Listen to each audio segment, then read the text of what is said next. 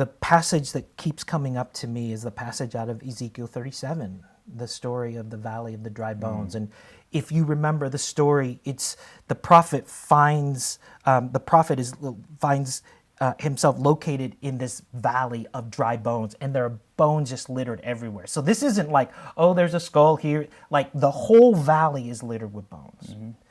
And God says, do you think these bones could live? And I actually think the way I read it is, it's like, hey, do you have enough faith to believe that these bones will live? And the prophet actually hedges his bets a little bit and was like, oh, only you know, God. I mean, it's the way, like, if you want them to live.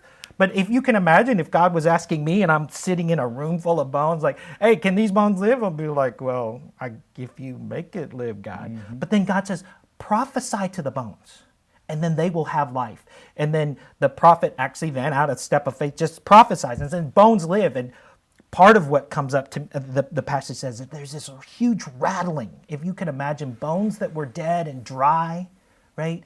They find life, and bone connects to bone and skin over bone, and it makes this huge sound, and they come together. And there's this second thing which is like, oh, but they aren't filled with breath.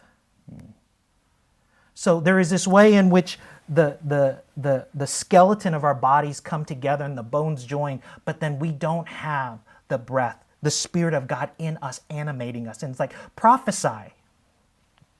And then in verse 9 of chapter 37, the prophet prophesies, and the prophet says, I give you the breath from the four corners of the earth, the winds from the four corners of the earth.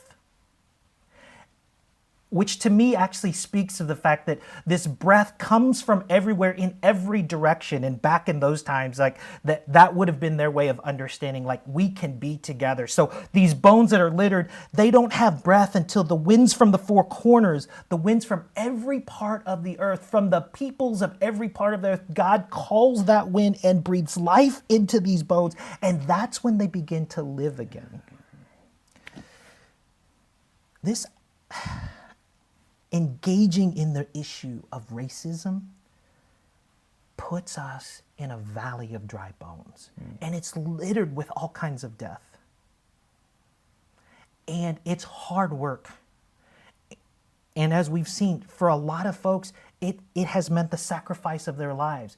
But more than that, it's been the valley of the dry bones. It's like things are so dry and broken that our spirit is crushed and we feel like there's no way forward. And I feel like what God is saying to the church right now is, oh, prophet, can these bones live? Can the people who are no longer, who are just beyond, they don't have any more hope, can we live?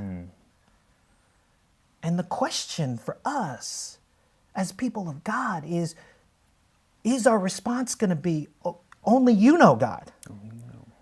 And then if our response is like, only you know, and then God says, well, prophesy, then the question is, will we step into the valley of the dry bones, and will we prophesy, not just sit and listen, not just sit back and let God breathe life. It took the prophet prophesying the words of God. It takes the people of God doing a thing that will breathe life into us. And that thing is a commitment to anti-racism and supporting a set of policies and practices that will breathe new life into us. And then just the final thing I'll say is, in that scripture, I was really surprised when I read it this morning. It said, breathe life into the bodies that were slain. Not the bodies that were dead, but the bodies that were slain. And I wonder if the challenge God is making to us is, can the church prophesy a word of anti-racism into the dead bodies that are slain, that are asking us to look at, like, what is dead, and can new life come out of that?